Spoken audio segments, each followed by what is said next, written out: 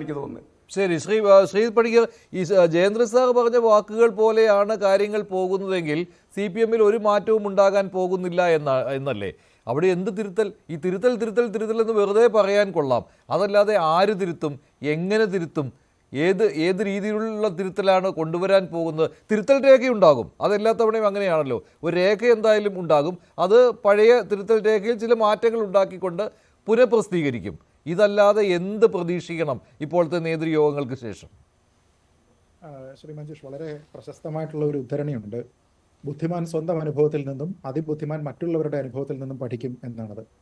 ഇപ്പോൾ CPM-നെ സംബന്ധിച്ചിടത്തോളം അവർക്ക് ബുദ്ധിമാനാകാം, അതിബുദ്ധിമാനാകാം. അതിബുദ്ധിമാനാകണമെങ്കിൽ അവർക്ക് മുന്നിൽ ബംഗാൾ ഘടകത്തിൻ്റെ വീഴ്ചയുണ്ട്, ത്രിപുര ഘടകത്തിൻ്റെ വീഴ്ചയുണ്ട്.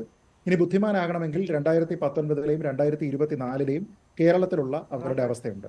പക്ഷെ എന്നിട്ടും അതിൽ നിന്ന് യാതൊരു വിധത്തിലുള്ള പോസിറ്റീവായിട്ടുള്ള കാര്യങ്ങളും പഠിക്കാൻ തയ്യാറല്ല എന്ന രീതിയിലത്തേക്കാണ് ശ്രീ ജയചന്ദ്രൻ പറയുന്ന പ്രസ്താവന പോലെയാണ് CPM ചിന്തിക്കുന്നതെങ്കിൽ അവരുടെ ഭാവി ആ രീതിയിലത്തേക്കായിരിക്കുമെന്നാണ് നമുക്ക് തോന്നിപ്പോവുക. അദ്ദേഹം ഇവിടെ പറഞ്ഞിരിക്കുന്ന ഒരു വാദം നോക്കൂ. സംഘടനാ മിഷനറി ഈ തെരഞ്ഞെടുപ്പിൽ പരാജയപ്പെട്ടു എന്നല്ല, അത് തകർന്നുപോയി എന്നാണ് അദ്ദേഹം പറയുന്നത്. ഞാൻ ചോദിക്കുന്നത്, ഈ സംഘടനാ മിഷനറി തകർന്നു പോയത് എന്തിനാണ്? എന്തുകൊണ്ടാണ് അത് സംഭവിച്ചത്? എന്തുകൊണ്ടാണ് അത് ചലിപ്പിക്കാൻ കഴിയാതിരുന്നത്? എന്തുകൊണ്ടാണ് വീടാന്തരം കയറി ഇറങ്ങി മറ്റുള്ള പാർട്ടിക്കാർ അവരുടെ കാര്യങ്ങളെല്ലാം കൃത്യമായിട്ട് ആൾക്കാരിലേക്ക് പറഞ്ഞ് അത് സ്ഥാപിക്കാൻ ശ്രമിക്കുന്ന സമയത്ത് CPM-ന്റെ സംഘടനാ മിഷനറി എന്തുകൊണ്ട് പരാജയപ്പെട്ടു? വിശ്വസിക്കാൻ പറ്റില്ല ശ്രീ പണിക്കർ. എങ്ങനെയാണ് CPM-ന്റെ സംഘടനാ മിഷനറി എവിടെ പരാജയപ്പെട്ടു എന്നാണ്? കാര്യക്ഷമമായിട്ട് തന്നെ എണ്ണയിട്ട യന്ത്രം പോലെ തന്നെ പ്രവർത്തിക്കുന്നത് നമ്മളെല്ലാം കണ്ടതല്ലേ? അതാ ഞാൻ ചോദിക്കുന്നത്. അദ്ദേഹത്തിന്റെ വാദത്തിനെ നമ്മൾ അംഗീകരിച്ചാൽ തന്നെ ഞാൻ ചോദിക്കുന്നത്, CPM-ന്റെ സംഘടനാ മിഷനറി വീടുകളിലേക്ക് പോകേണ്ട എന്ന് മറ്റാരെങ്കിലും ഇവിടെ പറഞ്ഞോ? അവർക്ക് എന്തെങ്കിലും രീതിയിലുള്ള വിലക്കുണ്ടായിരുന്നോ?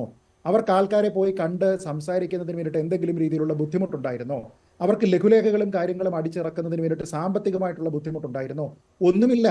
അപ്പൊ എന്നിട്ടും പ്രവർത്തകരാരെങ്കിലും പോയില്ല എന്നാണ് നമ്മൾ മനസ്സിലാക്കേണ്ടതെങ്കിൽ ആ പ്രവർത്തകരെ, അടിത്തട്ടിലുള്ള താഴെത്തട്ടിലുള്ള പ്രവർത്തകരെ വിശ്വാസത്തിലെടുക്കാൻ പോലും ഈ പാർട്ടിയും നേതൃത്വവും അമ്പയെ പരാജയപ്പെട്ടു എന്നല്ലേ മനസ്സിലാക്കേണ്ടത്.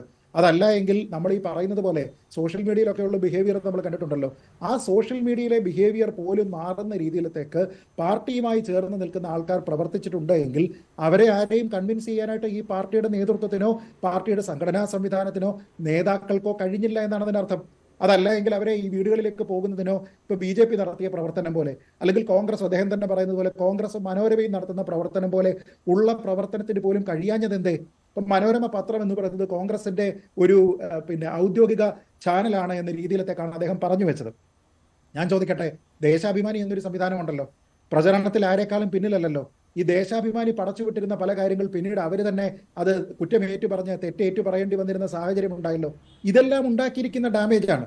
ഞാൻ പറയുന്നത്, ക്ഷേമ പെൻഷൻ കൃത്യമായിട്ട് നൽകാതിരിക്കുന്ന ഒരു വീട്ടിലത്തേക്ക് ഈ പാർട്ടിയുടെ സംഘടനാ മിഷനറി ചെന്നിട്ട് എന്ത് പറയാനാണ്?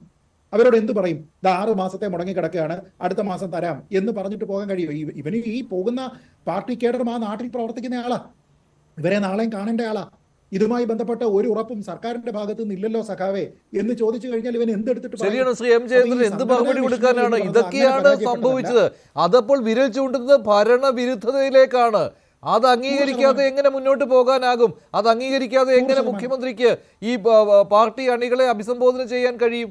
വെറുതെ അങ്ങ് പറയാം, അത്രയേ ഉള്ളൂ. ഇപ്പോ ഒരു കാര്യം കൂടെ പറയാം. 2019-ലെ ശതമാനവുമായിട്ട് ശ്രീ ജയചന്ദ്രൻ താരതമ്യം ചെയ്തു. 2019 പൊട്ടിത്തകർന്ന തെരഞ്ഞെടുപ്പായിരുന്നു. പൊട്ടിത്തകർന്ന ഒരു തെരഞ്ഞെടുപ്പിനെ പൊട്ടിത്തകർന്ന അതിന് തൊട്ട് മുമ്പത്തെ തെരഞ്ഞെടുപ്പുമായിട്ടല്ല കമ്പയർ ചെയ്യേണ്ടത്. അങ്ങനെ ശ്രീ ജയചന്ദ്രന് കമ്പയർ ചെയ്യണമെങ്കിൽ അതിനു മുമ്പ് CPM 7-8 സീറ്റ് നേടിയിരുന്ന 2014-ലെ തെരഞ്ഞെടുപ്പുമായിട്ട് നോക്കണം. അന്ന് 40% മുകളിൽ LDF-ന് ഇവിടെ വോട്ടുണ്ടായിരുന്നു. ഇപ്പൊ എത്രയാ? 33%.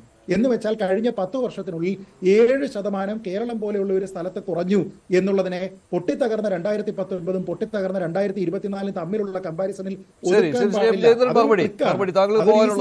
ശരി, ശ്രീ M. ജയന്ദ്രൻ.